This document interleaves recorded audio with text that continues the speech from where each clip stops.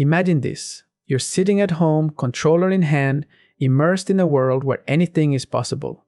A world where you're not just yourself, you're a hero, a warrior, a legend. One more level, one more match. Just 5 more minutes. But then, hours pass. The sun has set. Your dinner's gone cold. And yet, you can't stop. Why? Because your brain is being flooded with dopamine, the same powerful chemical released when we eat, have sex, or even take drugs. Welcome to the hidden danger of video games and how something so fun can become so addictive.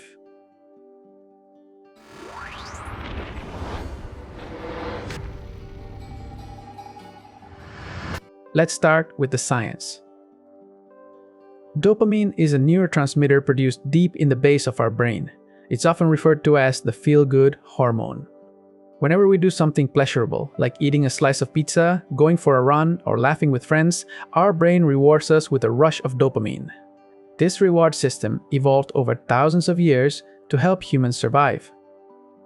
Dopamine encouraged our ancestors to hunt, gather food, reproduce, and build communities. In short, it kept us alive. But here's the twist: evolution didn't prepare us for modern technology. Today, we can get that same surge of dopamine without lifting a finger, just by launching a game on our phone or console. Studies show that the dopamine response triggered by intense gameplay mirrors what happens when someone takes stimulant drugs like cocaine or methamphetamine. It's no coincidence.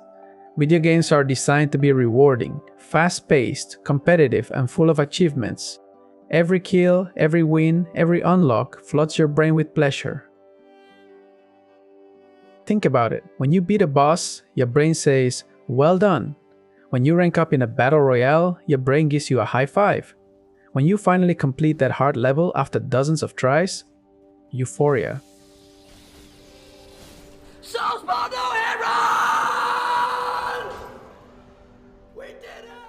And unlike food or exercise, there's no natural off switch.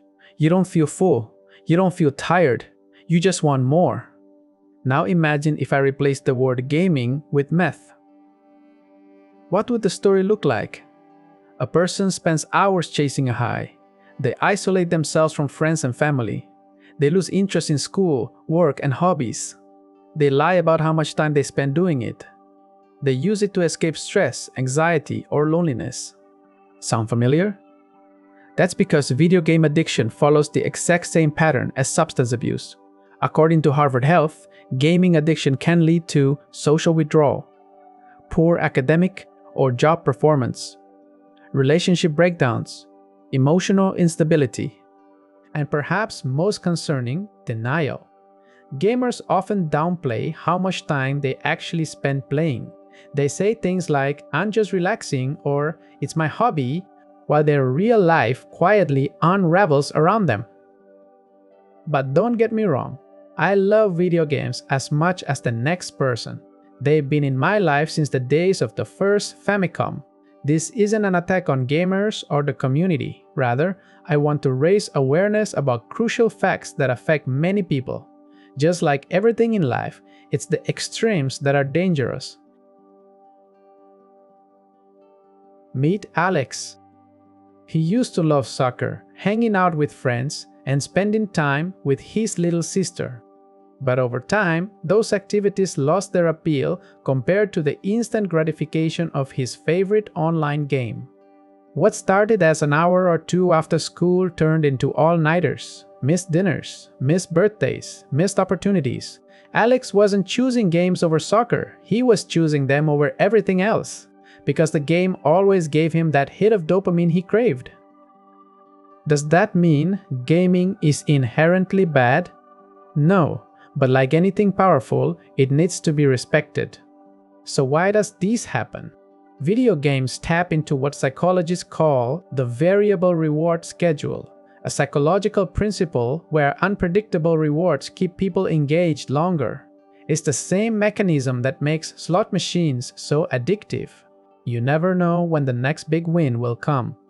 That uncertainty keeps you hooked, chasing the next dopamine hit. Combine that with social validation, likes, comments, in-game status, and you've got a cocktail of motivation and reward that's hard to resist. And the worst part? the guilt. After hours of wasted time, many gamers feel ashamed. So what do? They play again to escape the guilt. It becomes a vicious cycle. Here's the good news. Awareness is the first step to change. Recognizing the signs of gaming overuse is crucial. Are you prioritizing games over responsibilities? Do you feel anxious or irritable when you're not playing?